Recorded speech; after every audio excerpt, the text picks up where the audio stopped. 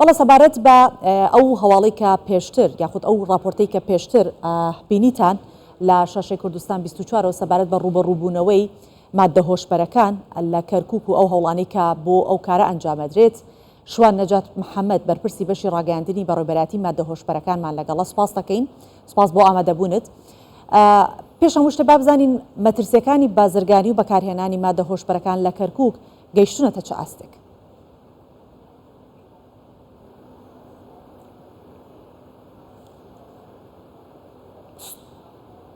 سڵاو لێبێ.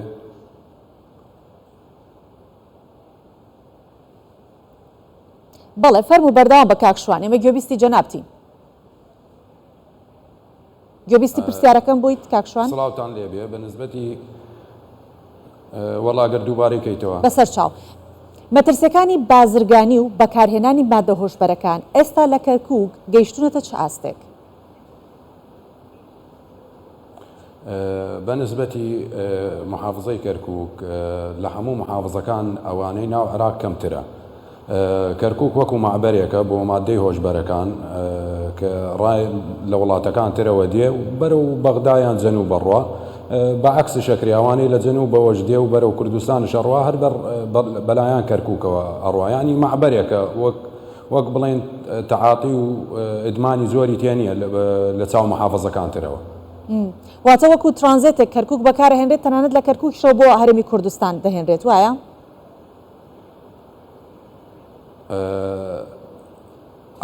ترانزیێتە لە محافزەکان ترەوە بۆ کەرکووک ئەنجا ترانزیێتەوە چێتە کوردستان و بەعکس شەکرێ لە وڵاتەکانی تەنیشت عێراقەوە بڵێن بە کوردستانەوە دێ بەڕێی کەرکووکەوە وەچێتە جەنوب. باشە جەناب داماژت بۆ کرد کە تووشبوانێکی زۆر نییە، بەڵام هەر لەگەڵ ئەوەشە ڕێکخراوە ناحکومیەکان و ڕێکخراوە چالاکوانە مەدەنیەکانیش هەوڵی ئەوە ئادەن کە زیاتر گەنجان ئاراستە بکەن بەوەی کە هۆشیار بن، بەڵام لەگەڵ ئەوەشتا تووشبوانێک هەن. دەمێ بزانم لە چ تەمەنێکن ئەوانەی کە توش بوون؟ ئایا لەناو ئەو بەکارهێنەرانە ڕەگەزی مێی تێدا هەیە؟ چونکە باس لەوە دەکرێت لە قوتابخانەکانیش دەست بەسەر کۆمەڵی مادەی هۆشبەر لەناو جانتای تەلەبەکان گیراوە.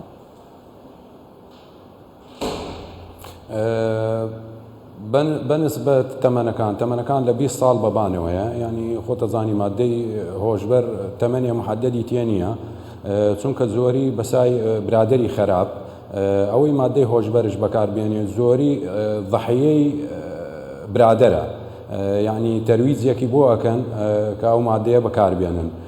وەکو بڵێن ناو مەکتەبەکانیان قوتابخانەکان حتا ئەستا یەک حاڵەتێ نەگیراوە ناو مەکتەبەکان یان جامیعات، بەس و بڵێن کە تەڵەبێ لە دەرەوەی مەکتەبیان لە دەرەوەی جامعە گیرابێ هەیە، بەس وەکو ناو جامعە و مەکتەبەکان یەک کەسێ نەگیراوە. باشە کاکشوان، ئەوەی کە گرنگە بیزانین باست کرد کە کەرکووک وەکو ترانزیتێک وایە، لەکوێوە زیاتر مادەی هۆشبەر هاوردە دەکرێت بۆ ناو کەرکووک؟ وەڵڵا با شتێکت پێ بڵێم، ئێمە وەک کاڵین لە وڵاتەکانەوەی تەنیشتمان ئیتر دیارە لە چی وڵاتێکەوە دێ و لە چی وڵاتێک دێتەوە بڕێی عێراقەوە. ئەمە یەک. دووەم تشت تەعاونێک هەیە بینی وزارەتی ناوخۆی بەغدا لەگەڵ وزارەتی ناوخۆی هەرێمی کوردستان لەگەڵ عملیاتی مشتەرەک و جهدی استخباراتی و بۆ ئەوەی ئەم مجموعەی بڵێن تاجرەکان و یان مەرەوجەکان دەستگیر بکرێن. ئەمەی لەسەر ینی کە بڵێن وەکو هەرێمی کوردستان تەعاونێکی زۆر زۆر زۆر کردووە بۆ لەگەڵ حکوومەتی بەغدایە بۆ دەستگیرکردنی ئەو تاجرانە. باش ئەوەی کە مەترسیە سەبارەت بە مادەی هۆشبەرەوەی کە گەنجان بەکاری بێنن، جا بە شێوەیەکی بەربڵاو لەناو قوتابخانەکانی کەرکووک بڵاوبوونەتەوە، هۆکارەکەی بۆ چیە گەڕێتەوە؟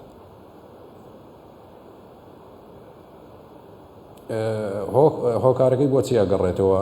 مادەی هۆشبەر ئێمە وەکو ئەگەر باسی کەین بە عەرەبی هەموو مادەیەک کە تەغییب العەقل، ینی کە ئەو فکرت نەبێ ئەم گەنجانە، چونکە ئەمە حملەیەکی بڵێن دووەلیە بۆ ئەوەی ئەم جیلەی تازەوە هەڵەستێتەوە، هەمووی چۆن فکری بۆ ئەم وڵاتە نەبێ، ینی چۆن بڵێن تدمير بوون التحتية للبلد. إنزا أما بڵێن ئەوەی داوایەکەن، ینی چۆن بڵێن وڵاتەکان تر ئەو هالیەکەن بۆ ناو عێراق.